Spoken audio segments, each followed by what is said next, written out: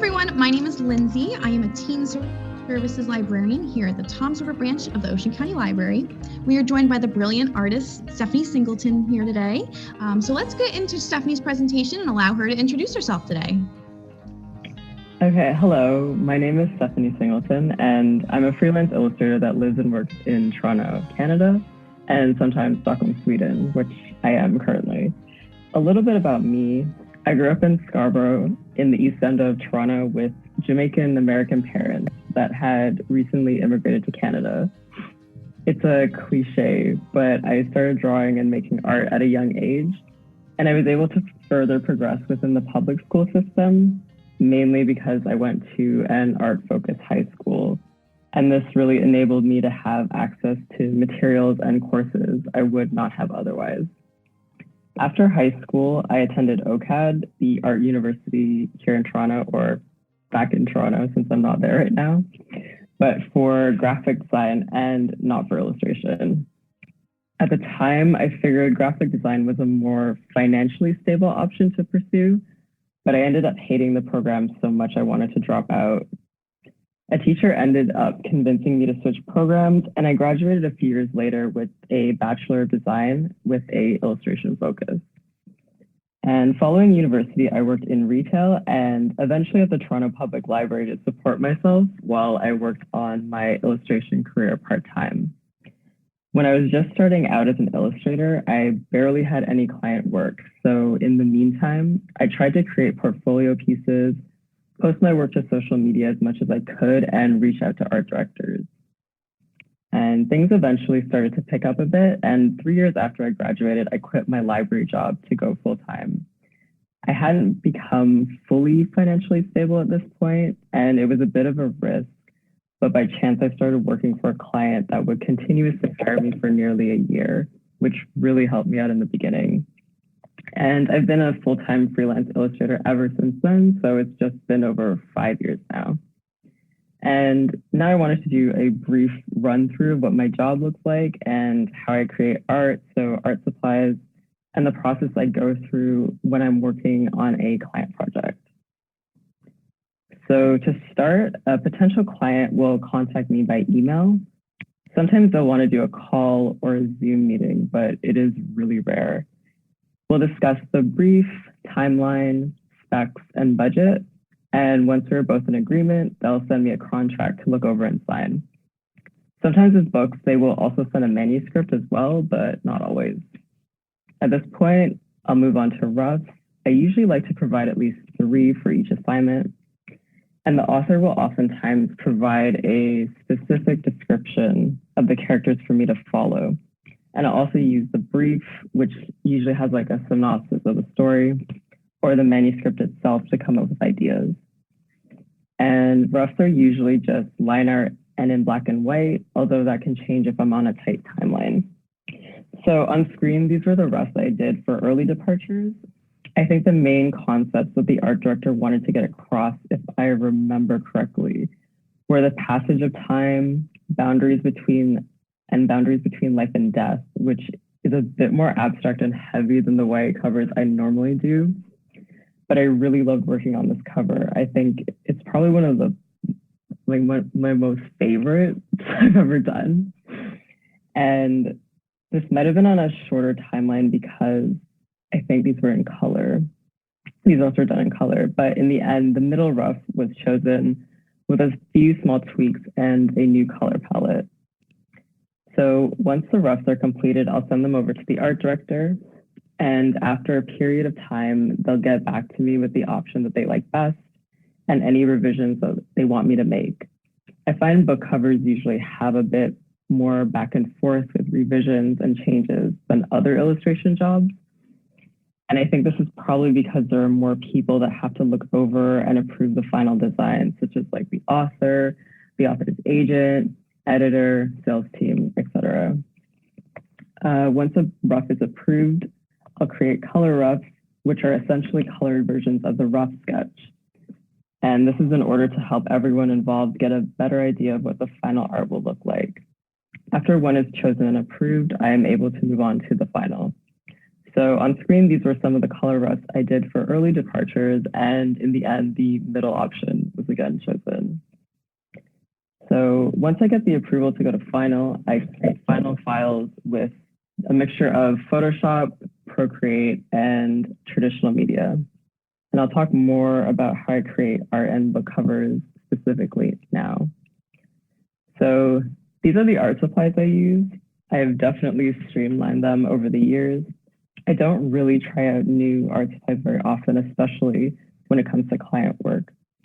So I use Arches watercolor paper, paintbrushes, Speedball India ink, light table, MacBook Pro, my really ancient Wacom bamboo tablet, just a regular Epson scanner, a pencil, and an iPad Pro and Apple Pencil.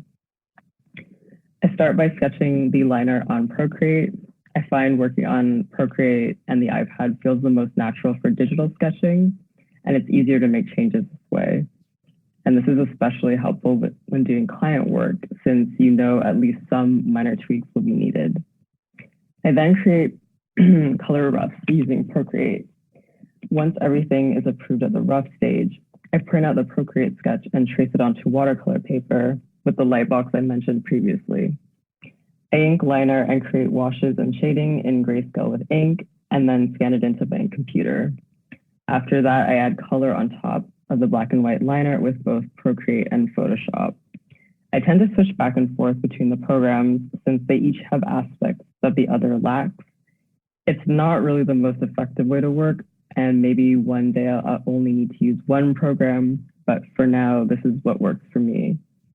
So in this slide, the farthest image to the left is what a typical sketch in Procreate looks like, which I will then print out and trace after it is approved. The middle image is what the illustration looks like once I have inked the liner and added washes and shading with India ink. And the final picture is how the final piece looks when color has been added with Photoshop and Procreate together.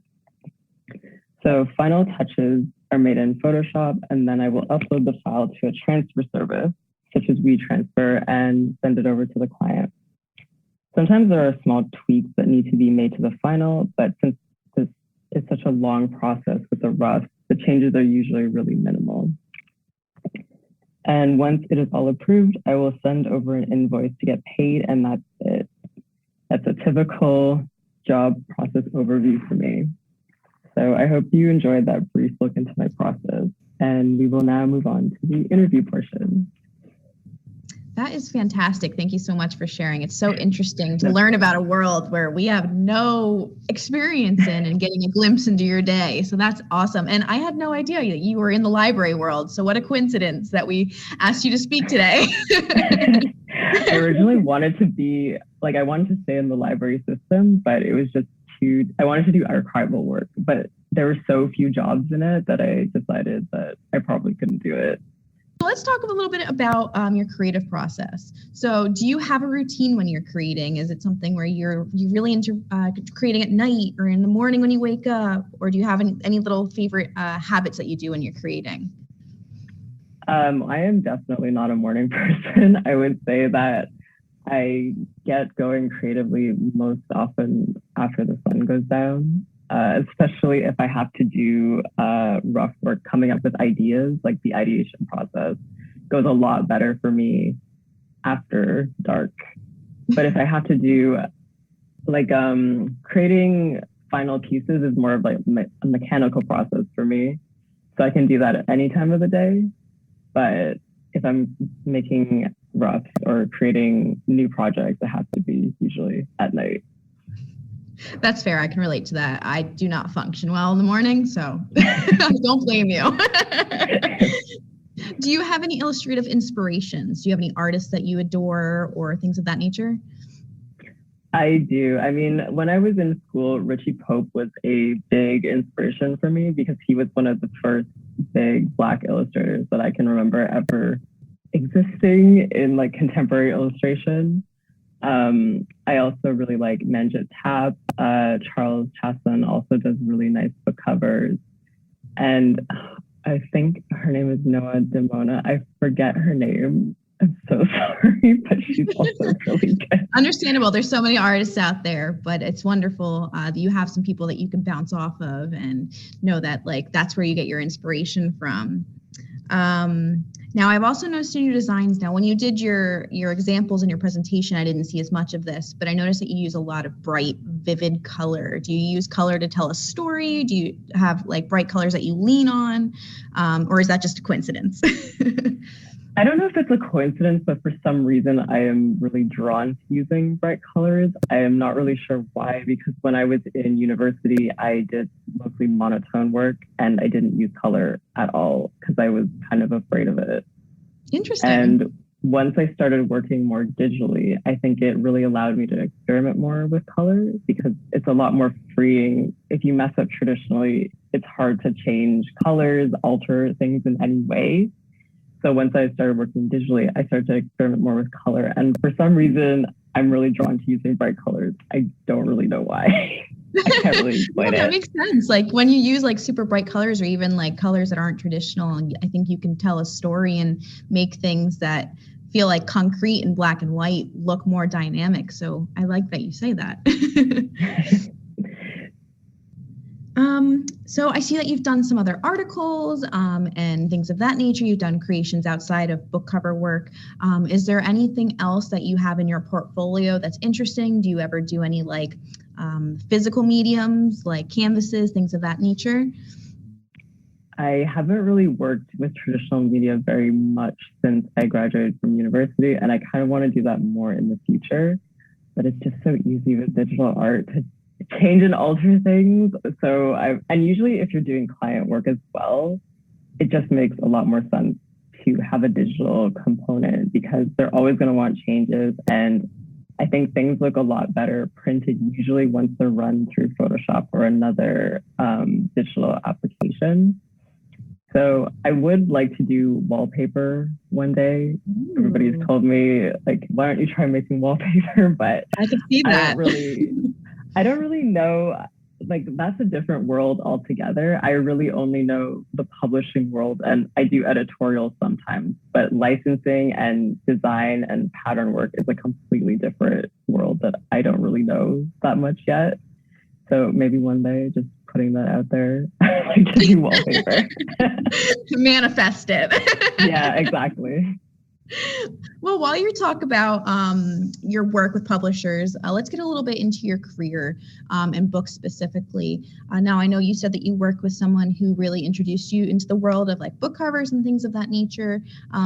How does that work? Is that like the person who you work with gets the work for you? Do you reach out to authors and publishers? What does that look like?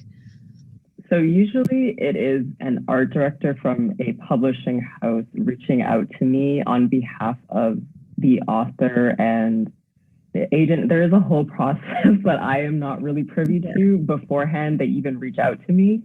So I think, I'm speculating on this, but I think they gather a few illustrators that they're interested for the book cover. And I think the author goes over and I don't know if they really select people or I don't know if they vet people in any way, but it's like a process with the art director, the editor, and the author's agent usually. And then once they have decided on, their top picks for the book cover, they will reach out to illustrators and see who is available, who's not. So usually it's an art director that emails me, and the art director is the only person I usually talk to the entire process. They will relay information to me from the author because the author, looks at the book cover as well at every aspect and has their input as well. So it's just me and the art director usually that go back and forth through email. Well, speaking of authors, you've done quite a bit for Justin A. Reynolds. Has that become like you've become one of his favorite go-to cover artists, or does he just like privy to your artwork, or do you just really designing for him? Is there just like an artistic relationship there, or just chance? It was complete chance because I think he was the very first book cover author, like the first author I ever did a book cover for, and it was his first book as well. So it was kind of a nice thing there. He was a debut author and it was my first book cover. And then I happened to do his second book, but I think that was just like completely by chance as well. I'm not sure if he put in a word that he wanted me to do the second cover, but I also did a promo image for Opposite of Always as well, because he reached out to me separately after I did the first cover. And it was super nice. I don't know, it's just really nice to have like when authors really like your work and then they reach out to you, and it just makes me feel so nice that they like how I've represented their characters and gotten across like what they wanted for their book. So yeah, what a great really nice feeling. It is such a nice feeling, yeah. How important is it to you to ensure that your portfolio is diverse, or do you get a say in that? I don't get a say. Well, I mean, I don't know why I said I don't. I completely get a say in what I put in my portfolio. I don't get a say in, say, the jobs that I get. And usually the authors have ideas of what they want their characters to look like already. But I always have, when I was a kid, I would have wanted to see people that looked like me or other more diverse people represented in YA covers. And I think that it's just so nice that I get to illustrate books like that now. So I always try and draw people that I feel look like me or kind of represent me in a certain way, or people that are similar to me. So I guess it's not really a conscious decision that my portfolio is diverse. It's just what I feel, I guess, represents me, if that makes any sense. No, it makes perfect sense. And that's great that you feel like you now have this methodology of mirroring yourself to other people and showing other people that they can see themselves in covers. So I love that. Do you gravitate towards YA literature? I know that a lot of your covers have been YA. You've gone into J a little bit as well, juvenile, but do you find yourself gravitating that way? Honestly, none of this was like my doing. It kind of picked me. I mean, it was when I first started getting book covers, I don't really know why I got the first covers I did. I believe they saw my work online, but I had never done any sort of similar work for publishing or anything like it before. So I guess they just thought, the art directors thought that my work fit YA, even though I wasn't really consciously trying to make work for YA. It just kind of happened. And I think as well, with adult books, they're not so illustrative. Like, there's not as many illustrators that work in adult books. So it's mainly YA, juvenile, and children's books if you want to illustrate covers. You can do adult covers, but it's not as likely. Yeah, you make a good point. That is a lot less common. Like I didn't think about it before I wrote that question, but you really don't see that many illustrative adult covers. And I bet you that when you do, people do assume they may be to a younger audience. So that's a very good point. But I don't understand that. Do adults, like, I would like to see more illustrated adult covers. I don't understand like why it's not really a thing. Yeah, and you know what? I think for like adult fiction, for instance, it's kind of hard, I know, for me as a 20-year-old to find characters that are often in their 20s or 30s. And I feel like sometimes graduating that illustrative into adult fiction might be able to hit that demographic and made it more able to identify to the community. I don't know. But you make a very good point. Maybe in the future that will change, because YA covers definitely have changed over the past like 10 years as well. Because before they used to use so much photography. And I think it was in the last, 5 or so years that they started really doing a lot of illustrated covers. So maybe a little change in the future. Maybe you'll change it.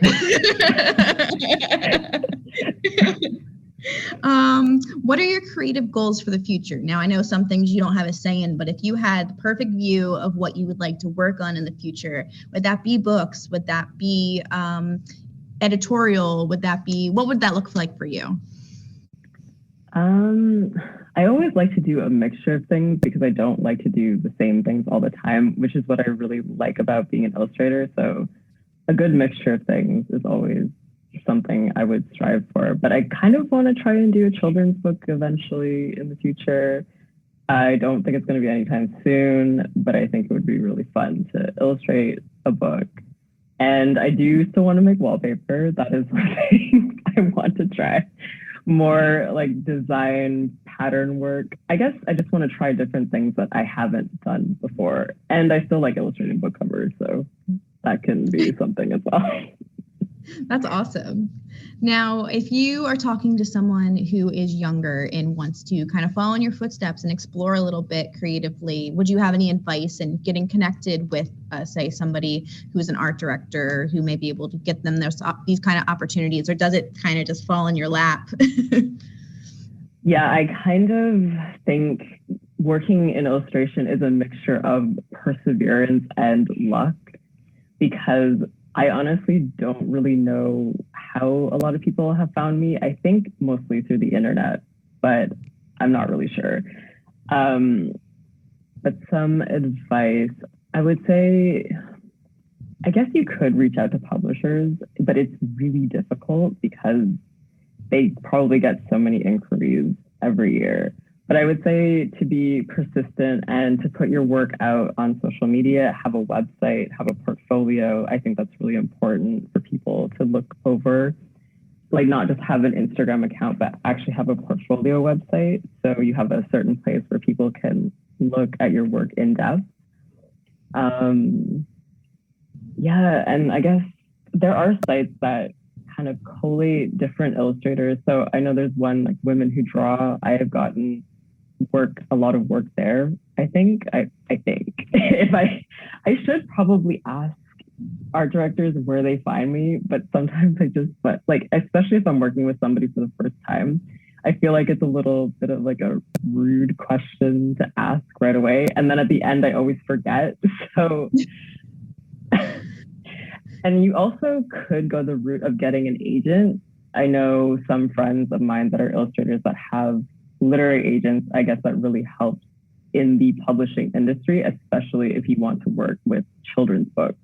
I know you just like definitely need a literary agent. But I guess be persistent, and it's hard, don't give up, because it takes a while sometimes. Like, it takes a few years at least, I would think. Most people don't make it right away. I know some people that have, but it's not really the norm.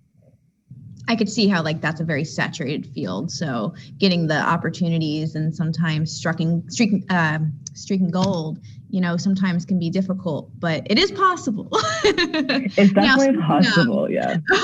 How has social media helped you? Have you found, like I actually found you through Instagram. Do you find that that's something that you've been able to curate an audience, or maybe is that because of some of the work you've done? Is it, again, luck? How do you feel that social media helps you? I don't know, because I am not great at social media. I am not very consistent on social media. I think that when I was consistent was probably when I was just starting out and I did not have much work, because then I had time to post all the time, kind of follow people, be more active community-wise. And now I find like I don't really have the time to even go on Instagram very much or anything else. I think I have gotten work through Behance, which is like the social media site that no one really uses. And I don't even really use it very often. I don't have many followers on there, but I've gotten like quite a few jobs through Behance, which is the Adobe portfolio website. So I would try Behance. I think there are a lot of like art professionals on there. I don't know how many jobs I've gotten through Instagram, to be honest. I don't think that many. I've gotten work through Twitter, even though I don't even use Twitter. Like, I just barely have. Like, I have an account. I don't really use it, but I've gotten work through it. And I've definitely gotten work through other jobs that I have done. So people have seen previous things I've done and then reached out to me afterwards. So I would say the most jobs I've gotten are through Behance and maybe Instagram, but I don't really know how many through Instagram, to be honest. I think Instagram can be really useful if you want to be more of like a social media artist, that you want to have like an online store or have a Patreon and you want to cultivate an audience that way. I think that followers then could mean a lot. But working in publishing and stuff, I find I don't think it means so much the amount of followers you have on Instagram and other platforms. That's fair. Absolutely.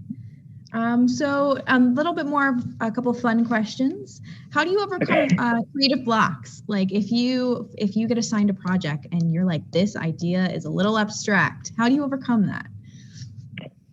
Usually I will, I guess, write the idea down and then leave it and go do something else. Usually I'll figure out the idea. It comes to me randomly in flashes when I'm not thinking about the project.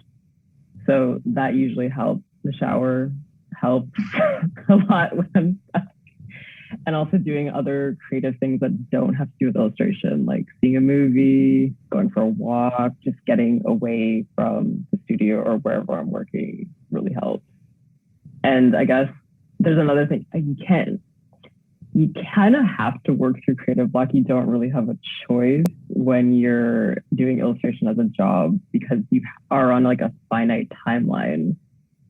So I guess even if I don't have great ideas, I will just throw out ideas if I really can't think of anything, just whatever. Well, at least you get practice of elimination then. They could say, oh, I don't like exactly. that. I don't do that. Because even if you have ideas that aren't so great, you will get feedback from the art director, and they could, if you are working with a good art director, they will help you cultivate like a better solution.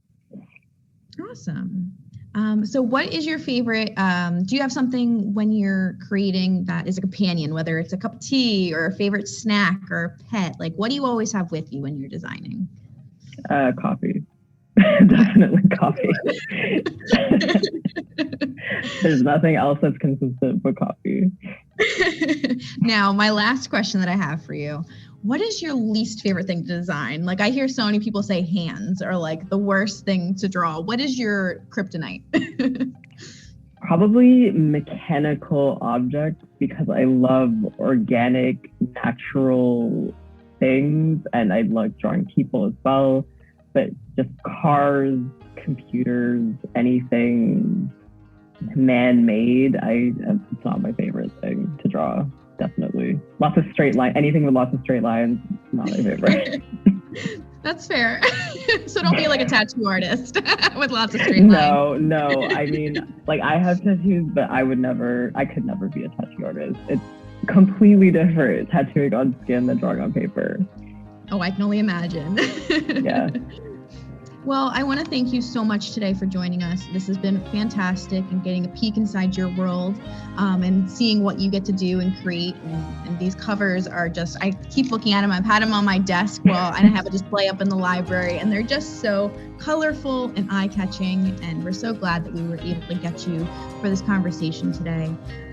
So is there any last words that you'd like to share with our audience? I don't think I have anything, but just thank you for having me. It's been really nice to talk to you.